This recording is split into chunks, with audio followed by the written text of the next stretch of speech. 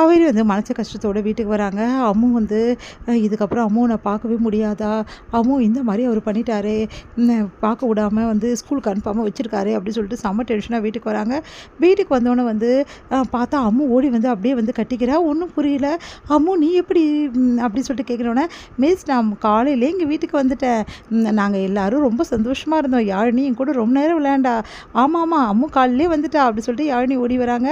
உடனே எல்லாருக்கும் வந்து இப்போ வராங்க. வந்துட்டோன்னே காவேரிக்கு ஒன்றுமே புரியலைங்க. என்ன நடக்குது அப்படின்னோடனே, இந்த மாதிரி வந்து காலையிலே வந்து அம்மா போய் குழந்தைய கூட்டிகிட்டு வந்துட்டாங்க.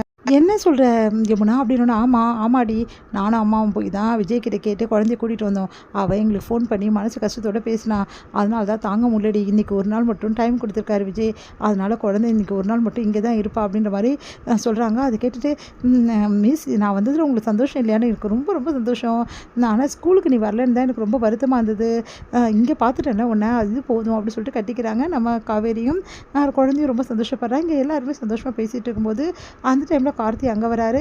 கார்த்திக் வந்து இந்த மாதிரி கல்யாணம் நடக்காது, இந்த கல்யாணம் வந்து இதுக்கப்புறம் இதோடு நின்று போச்சு, இதுக்கப்புறம் உங்களுக்கு எனக்கு எந்த சம்மந்தமும் கிடையாது அப்படின்ற மாதிரி சொல்கிறாரு.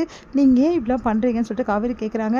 இவ்வளோ நாள் உங்களை பற்றி எனக்கு எந்த விஷயமும் தெரியாமல் இருந்தது, இப்போ தெரிஞ்சிச்சு. உங்களுக்கு ஆக்சிடென்ட் ஆச்சாம ஏன் அந்த விஷயத்தை நீங்கள் சொல்லலை அப்படின்னு சொல்லிட்டு கேட்குறாங்க. அது வந்து சொல்லலைல்ல, என்கிட்ட மறைச்சிட்டிங்கல்ல, இன்னும் என்னென்ன விஷயத்தை நீங்கள் மறைப்பீங்கன்னு எனக்கு எப்படி தெரியும்? இங்கே பாருங்கள், நீங்கள் உங்களுக்கு உண்மைன்றது கிடையாது காவேரி உங்ககிட்ட. அதனால் இந்த கல்யாணம் நடக்காது, நான் சொல்லிட்டு போதான் வந்திருக்கேன் அப்படி சொல்லிட்டு போயிடுறாரு. அது கேட்டு காவேரி செம்ம டென்ஷன் ஆயிடுறாங்க. எனக்கு ஆக்சிடென்ட் ஆனது கண்டிப்பாக அவரை தவிர வேறு யாருக்கு தெரியும்? கண்டிப்பாக வந்து அவரோட வேலை தான், அம்மாவோட அப்பா தான் வந்து இந்த கல்யாணத்தை நிப்பாட்டியிருக்காரு இவங்ககிட்ட அப்படின்னு சொல்லிட்டு செம்ம டென்ஷன் ஆயிடுறாங்க. உடனே போயிட்டு விஜய் கிட்ட வந்து பேசுகிறாங்க. விஜய் வந்து எதுக்காக என்னை கூப்பிட்டு அனுப்பிச்சிங்க அப்படின்னு சொல்லிட்டு கேட்குறாரு. இங்கே பாருங்கள், நீங்கள் பண்ணது கொஞ்சம் கூட சரியில்லை. எதுக்காக இப்படிலாம் பண்ணீங்க?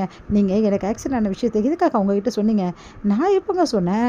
நீங்கள் சொல்லி தான் அவங்க கல்யாணத்தை வச்சு நிறுத்தியிருக்காங்க. எனக்கு ஆக்சிடென்ட் ஆன விஷயம் உங்களை தவிர வேறு யாருக்கு தெரியும்? எங்கள் வீட்டில் இருக்கவங்க சொல்லலை. அப்போ நீங்கள் தானே சொன்னீங்க? எனக்கு நல்லா தெரியும்.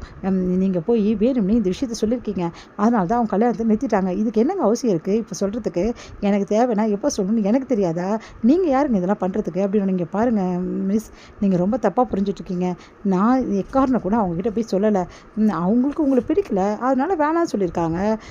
இதுக்கப்புறம் உங்களை யார் கல்யாணம் பண்ணிப்பாலோ அதெல்லாம் எனக்கு கல்யாணம் நடக்கும் புரிஞ்சுக்கிட்டு என்னை ஏற்றுக்கிட்டு அதே டைமில் என் மேலே உயிரே வச்சுருக்க ஒருத்தர் தான் நான் கல்யாணம் பண்ணிப்பேன். அப்படி ஒருத்தர் வர்ற வரைக்கும் நான் வெயிட் பண்ணுவேன். ஆனால் வேறு யாரையும் நான் கல்யாணம் பண்ணிக்க மாட்டேன் அப்படின்றாங்க.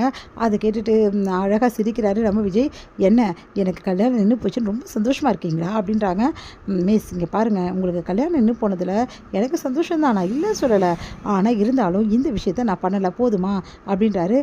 நான் நம்ப மாட்டேங்க அப்படி சொல்லிட்டு போகிறாங்க. அதெல்லாம் கேட்டு விஜய் வந்து கண்டிப்பாக இது அத்தையோடைய வேலையாக தான் இருக்கும் அப்படி சொல்லிட்டு யோசிக்கிறாரு. இங்கே வந்து விஜய் வந்து ஈவினிங் வந்து குழந்தைய கூப்பிட்றதுக்காக வராரு. அப்போ கரெக்டாக எல்லாருமே வந்து என்ன நீங்கள் குழந்தைய கூட்டிகிட்டு போகிறது எங்களுக்கெல்லாம் ரொம்ப வருத்தமாக இருக்குது அப்படின்னு. அப்பா ஆமாப்பா, நானும் ஒரு நாள் இருக்கணும்னு நினைக்கிறேன்ப்பா. யாழினி வேற வந்திருக்காப்பா. நான் இங்கேருந்து ஸ்கூல் போனால் என்னப்பா தப்புன்னொன்னே, இரு ஸ்கூலுக்கு இங்கேருந்து போ அப்படின்றாரு. அதெல்லாம் கேட்டு எல்லாருமே ஆச்சரியப்படுறாங்க. உடனே காவேரி பார்த்து முறைக்கிறாங்க. உடனே வந்து சாரதா வந்து என்ன சொல்கிறீங்க தம்பி, அப்போது குழந்தை இங்கே இருக்கட்டுமான்னொன்னே, ஆமாம் அது சொல்லிட்டு போக தான் வந்தேன். குழந்தை வேறு இங்கே இருக்கணும்னு ஆசைப்பட்டால, அதனால் நீ எத்தனை நாள் வேணாலும் இங்கே இரு, அதுக்கப்புறமா நீ வீட்டுக்கு வந்தால் போதும். அதே மாதிரி நாளையிலேருந்து நீ ஸ்கூல் போகலாம் அப்படின்னு. அப்பா நீங்கள் நிச்சயமாவா சொல்கிறீங்க? அப்படி ஆமாம், அதுக்கான யூனிஃபார்ம் அதுக்கப்புறம் தேவையான பொருட்கள் எல்லாமே எடுத்துகிட்டு வந்திருக்கேன், வாங்கிக்கோங்கம்மா அப்படின்னு சொன்னோடனே சாரதா வந்து ஓடி போய் வாங்குறாங்க. உண்மையிலேயே வந்து எனக்கு சந்தோஷமாக இருக்குது தம்பி அப்படின்னோடனே, ரொம்ப தேங்க்ஸுங்க அப்படி சொல்லிட்டு கங்கா சொல்கிறாங்க. நான் தாங்க தேங்க்ஸ் சொல்லணும். குழந்தைக்கு நான் ரொம்ப ஸ்ட்ரிக்டாக இருந்துட்டேன், அதனால் அவன் மனசுக்கு காயப்பட்டிருக்கோம். உடனே வந்து சந்தோஷமாக இருக்காங்க, எல்லாருமே பேசிகிட்டு இருக்காங்க விஜய்கிட்ட. இதையெல்லாம் பார்த்து வந்து காவேரிக்கு அப்படியே வந்து செம்ம டென்ஷனாக இருக்குது. நம்ம கேட்டால் கூட விட மாட்டார். இப்போ எனக்கு கல்யாணம் ஆகலை, நின்று போச்சுன்னு சொன்னோன்னே ரொம்ப சந்தோஷமாக குழந்தைய கூட இங்கே இருக்கணுன்றாரு, ஸ்கூலுக்கும் போகணுன்றாரு. பயங்கரமான ஆளாக தான் இருக்கார் அப்படி சொல்லிட்டு பார்த்து மறைக்கிறாங்க. காவேரி பார்த்துட்டு வந்து விஜய் வந்து, என்ன மிஸ் உங்களுக்கு சந்தோஷம் தானே? வேறு ஸ்கூலுக்கு போகிறா குழந்தைன்னு உங்களுக்கு வந்து ரொம்ப கஷ்டமாக இருந்ததில்ல அப்படின்னோன்னே, ஆமாங்க எனக்கு ரொம்ப சந்தோஷம். ஏன்னா என் ஸ்கூல் ஸ்டூடெண்ட் எங்கேயும் போகிறது எனக்கு பிடிக்காதுல்ல அப்படின்றாங்க. அப்படியே முறைச்சபடி விஜய்